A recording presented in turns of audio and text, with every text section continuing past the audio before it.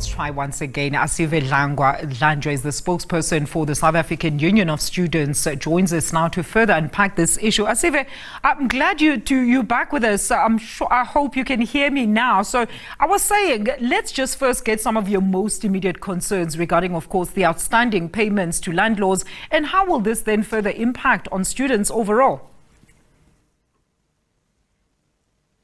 Good afternoon, and also good afternoon to your listeners and to your listeners and viewers.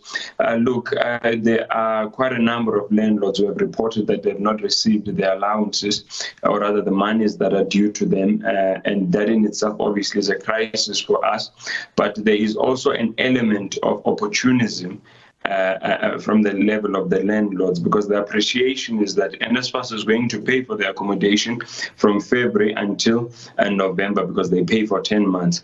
There is, if you like, a social compact and understanding that students must be housed between now and registration, up until they are registered, because we appreciate obviously that if a student is coming into a foreign city and they're still trying to sort out their issues of registration, they will not have accommodation. So there had been a level of social compact between ourselves and the accommodation providers and NSFAS and the department that they must house the students, particularly students whose funding is guaranteed. The portal is indicating that this particular student is going to be funded. So it's regrettable, it's malicious, and it's opportunistic for some of the landlords to have chased the students out, while they appreciate that there are obviously some administrative oversights that are happening. So there's two levels to it: the extent to which NSFAS must bolster its systems to ensure that accommodation providers are paid on time. And then the second level is the level where we all come together for the greater good and the protection of basic human rights of students. Because when you chase students out, a student from Limpopo out in the Free State or in KZN, where do you suppose they must go when you know for a fact that the student is funded by NSFAS?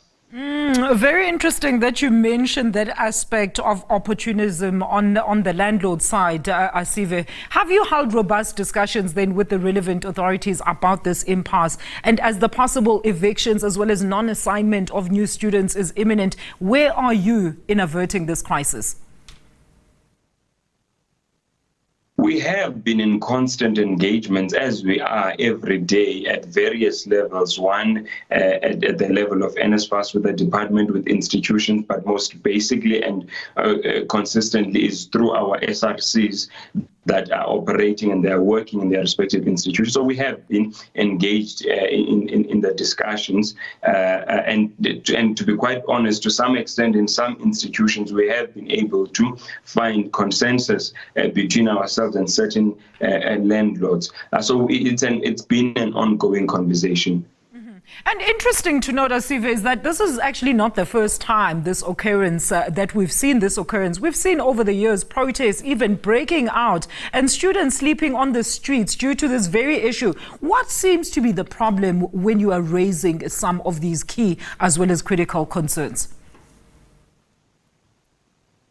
So the accommodation crisis, student accommodation crisis in South Africa is multifold. It's not one homogeneous issue. I'll start with the first one, which is probably the most basic and the easiest, is that you've got students that have been approved for funding by NSFAS, and their portals indicate as such, and even when universities can confirm such.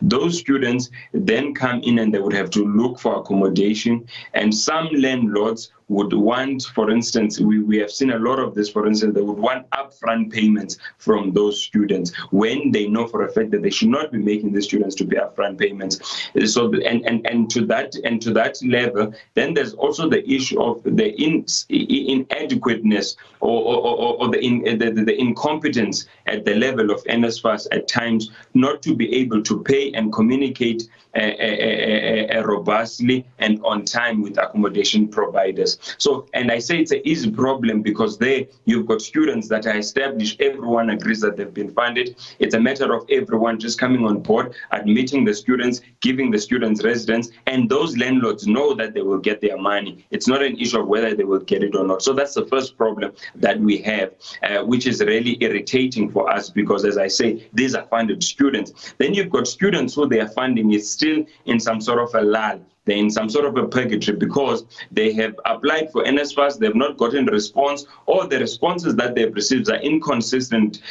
For instance, the students will be rejected by NSFAS citing that the student's household income is above 350,000, which is not the case. We have, for instance, I can tell you on Friday, dealt with a learner whose parents have both passed away, but SARS, through the verification process of NSFAS, saying the student their household income is above 350,000. So those students I have appealed, and the appeals have not been concluded. Regrettably, NSFAS has not concluded them due to incompetence and absolute uselessness in the part of some of their staff members. So those students are in a purgatory, if you like. They need accommodation. They've received spaces at the university, but they have appealed. And so that's the second crisis of students that we're having. And then the third one is just the insufficiency of conducive student accommodation whereby students can live in. So it's a very complex issue, but we are able to identify the different types of students, and we have proffered to the department, to NSFAS, to institutions, what we think should be some proposals of what we think should be some of the interventions to ensure that none of the students are ultimately left vulnerable either to crime, to being raped, being mugged, etc. So there are strategies in place that we have proposed, but unfortunately, as I've said, you've got a sector where its stakeholders are pulling from different directions. There is no coherence, and ultimately the students are suffering. Very interesting. On that point of interventions, Asive, I mean, there has been also some calls to return the management of these funds back to universities for better management as well as allocation. Do you, as SAUS, support this call? If not, what are some of your counter proposals?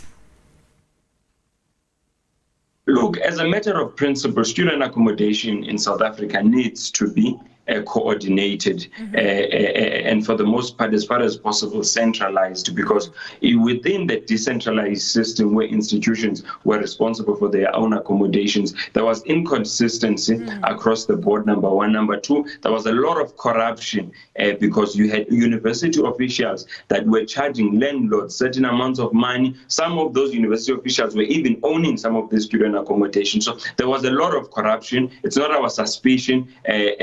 Various reports have alluded to that effect. So number one. Number two, because institutions have different systems, you would find that the payment of NSFAS students, particularly, their payment for student accommodation was not coherent. Some students would be, some accommodation providers in a certain university would get paid earlier, some would get paid later, etc. So there was no way for us to be able to put our fingers on the pulse, monitor and ensure that all students get the accommodation at the same time. So ideally, we would want a situation where NSFAS is the one that directly pays the accommodation providers. Another reason why we favor that is because it is cost effective, because institutions have to hire their own service providers to deal with the issue of the disbursement. They have to hire service providers to deal with their own accreditation, etc. And then you find that the value along that value chain, there's a premium price that gets placed on a specific bed for a specific student. But if you centralize and the money goes directly from the state to the landlord, that cuts out many middlemen, and it also cuts out those costs that are involved with many middlemen. And then the third issue is it's not all universities that are receiving their monies from the NSFAS or the accommodation service providers. It is only those that were within the pilot project. So there is also a mischievousness on the side of some of these landlords and even some media people to create an impression that the majority or all student accommodation is centralized and paid for by NSFAS. Some of those failures are squarely at the feet of those institutions. It has nothing to do with the lack of payments from the level of NSFAS. In fact,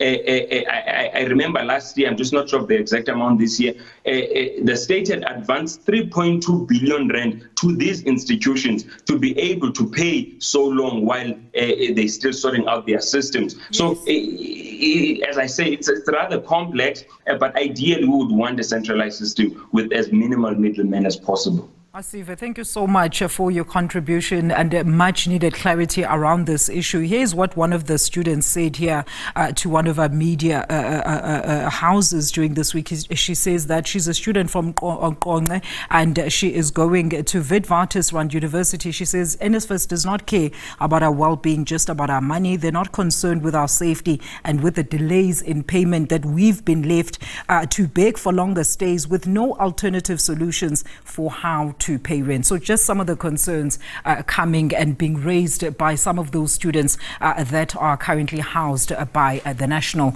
Students Financial Scheme. They're pertaining to that accommodation crisis. That was Asive Dlanjwa spokesperson there on the current impasse on student accommodation on the part of NSFAS. And he says on the part of landlords too.